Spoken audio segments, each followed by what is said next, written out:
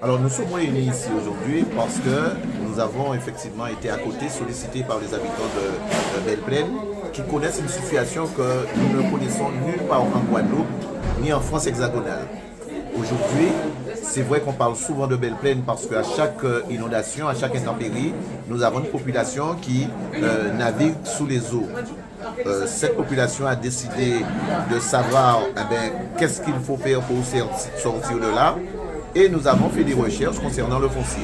Et nous avons malheureusement découvert un certain nombre de choses, d'incohérences d'incohérences administratives, notamment que ce terrain, nous ne possédons pas de référence cadastrale, que ce lotissement a été autorisé par le préfet à l'époque en 1979, alors que des travaux de rehaussement devaient être faits.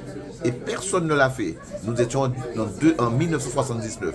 En 2011, nous découvrons aujourd'hui une convention d'endiguage qui dit que la commune avait eu les faveurs de l'État pour posséder ce foncier-là, qui dit aussi que la commune doit prendre toutes ses responsabilités pour faire les travaux d'endiguage, mais surtout qui dit que la taxe foncière et la taxe d'habitation devaient être payées par la commune.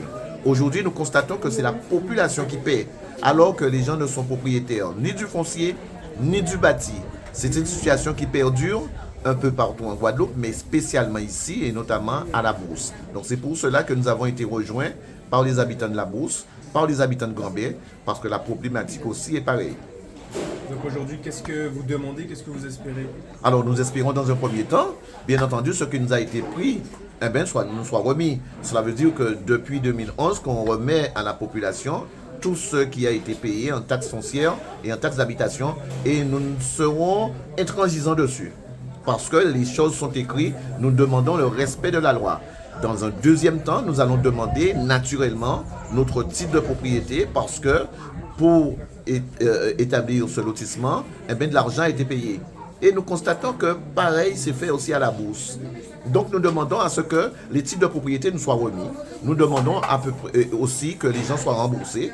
Et nous demandons que les travaux qui devaient être faits, que ces travaux-là soient faits de manière à ce que les gens soient en sécurité. Voilà.